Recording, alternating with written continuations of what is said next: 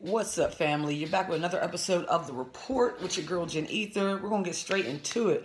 Right now, we are going to do a Divine Masculine check-in. We're going to start with that for tonight.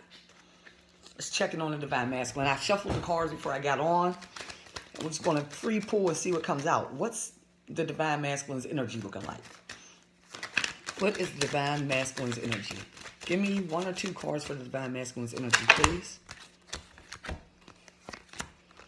Okay, so we got the Two of Cups, and then we got the, what is this, the Six of Swords? Yep, the Six of Swords that came out. So the Two of Cups is talking about a relationship, partnership. But with the Six of Swords, it looks like the Divine Masculine is actually retreating from this partnership with the flag, the red flag being thrown up, and the back turn, and the ship actually moving away from this partnership. Give me some more cards, please, for the Divine Masculine's energy. Two more cards, please. Got one more. Okay, it looks like he's moving away because he does want to make an offer to you. If you're Divine Masculine, if you haven't heard from him, it looks like this offer hasn't came in yet because there is still a blockage. This stream of water always represents an emotional blockage for me. So until he's able to basically get through this blockage and get to the other side, that's when he'll be able to actually cross over and offer you an emotional offer. Emotionally stable offer, I should say. Give me more, please, to continue the story. One more to continue the story, please. Two more to continue the story, because I'll put that third one in the middle. Yeah, so the Divine Masculine is literally in a transformation process in the middle of leveling up and actually entering into their Emperor energy. So once the Emperor energy, I mean, it's pretty much a done deal. Once he fulfills his commitment and becomes the Emperor, steps fully into this energy, that's literally going to mean this blockage is out of the way. That's why this card came next. So right now, he's in the middle of working on clearing this blockage so he can actually cross over. Once he clears that blockage, he will be in full Emperor mode. Give me one more card, please, for the overall. So right now, it looks like the Divine Masculine is juggling. What is he juggling? I definitely feel like finances. I think ideas on how to make this happen, what he needs to do. Keep going with the Two of coins, please. Clarify the Two of coins for me, please. Please clarify the Two of coins. Yeah, so he's juggling, like I said, what he needs to do, how he's going to walk away. And this card is always talking about walking away with basically like salvaging the most that you can from a situation. Or a lot of times I say it's leaving a situation, walking away from a situation, but being able to retrieve what you brought into the situation. So getting your stuff that you brought to it. So you're not walking away empty-handed. And I think this is really what he's juggling. The idea of how is he going to walk away from this karmic situation and still be able to keep his possessions, the things that he brought into the situation. Now, this could, we already know he's sad because he feel like he has lost years because the Pentacles, it already represents time. So the Divine Masculine is well aware that he lost a lot of time in the situation. So how can I prevent from losing anything else? This is his mindset. He's definitely taking on this strength energy to try to have the strength to make it through this. Give me more, please, for what he's juggling. Okay, so the juggling is, the Magician came out for what he's juggling as well. We know he's trying to walk away with the things that he brought into the situation. He doesn't want to walk away just F-O-L, you feel me? Or S-O-L, I'm sorry, S-O-L. He doesn't want to walk away like that. So he's taking, basically with him juggling, it's like he has every single tool that he needs, right? But it's almost like if I'm in my house doing housework, if I got to hang up curtains, usually you would need a drill. But if I got a saw to hang up curtains, then that's not going to work. So it's like, yeah, I got all the tools in my tool shed to hang these curtains up, but it's about me picking the correct tool. So me going out, picking the drill, picking the drill bits or whatever, the stuff to go into the drill, not getting the saw and a hose to hang up curtains. So he's basically juggling to see which out of all the tools that he possesses, his mental faculties with the sword, his emotional strength with the cup, his money with the pentacle, or his wand which yields the magic and his passion. Out of all these things, which one is going to help him get out of the situation?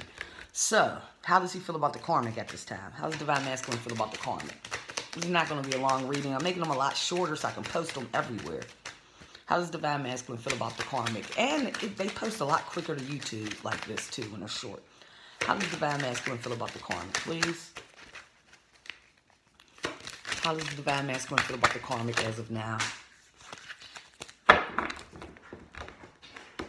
Okay, so I feel like the Divine Masculine feels like the Karmic is going after their own victory. Like, this is like my selfish card. At least in this reading, the way I'm seeing it, because this is my winner card. This is almost like my winner at all costs, because he's stepping over everyone else to get to the top. So he feels like this Karmic is willing to step over, hurt anyone, and do anything to get what they want. Very selfish energy. How else is the Divine Masculine feeling about the Karmic?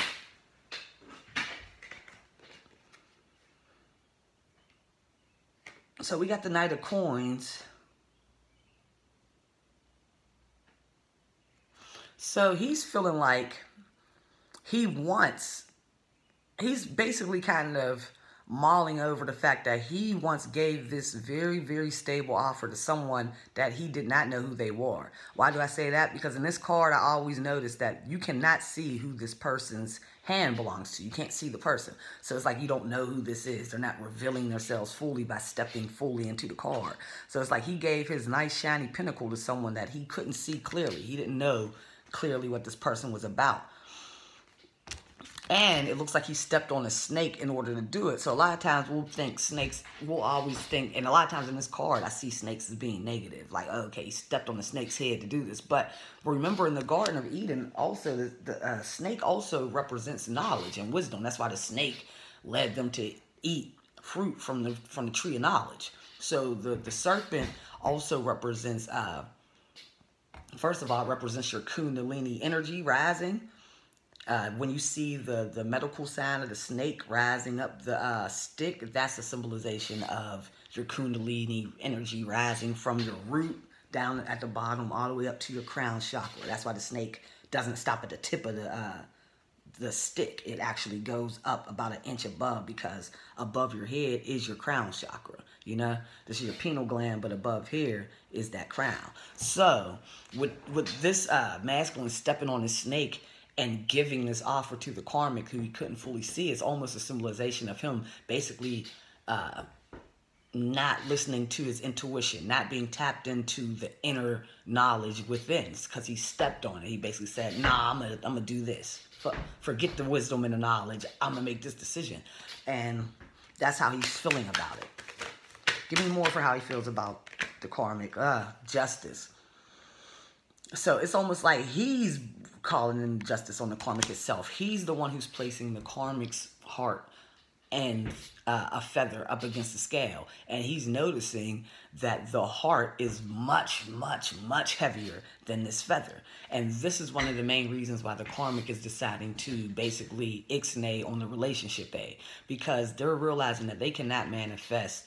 No one can manifest with a heavy heart. You have to be of a light spirit. But they're realizing that they basically feel like they can get into a light spirit. But the Karmic who they're attached to, their heart's so heavy that they're feeling like they have to detach. And this is like the justice and the judgment that they've called on the situation is, yeah, we can't make this work because you're so negative, you're so heavy. So what's the Karmic feeling?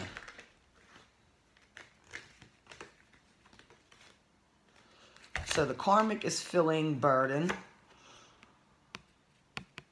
I feel like trying to get away with something. I said burden because the Ten of Wands came out, doing something behind the Divine Masculine's back, and praying for this something in this situation to be healed. What would be the outcome of this situation between the Karmic and the Divine Masculine? And we're getting out of here.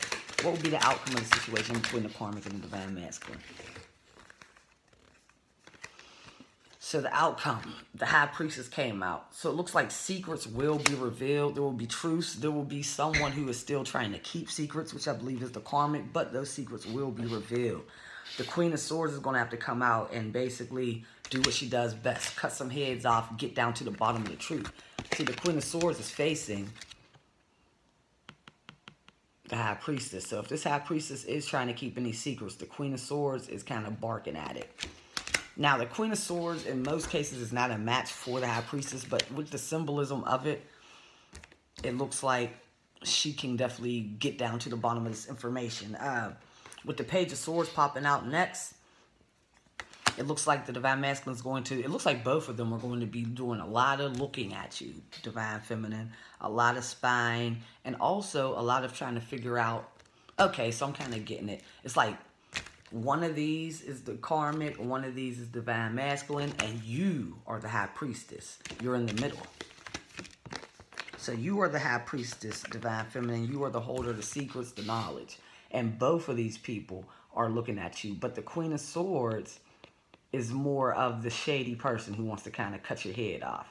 So this would be the Karmic. This is your Divine Masculine, who's really just trying to do more research and see how they can come in properly to make an offer to you.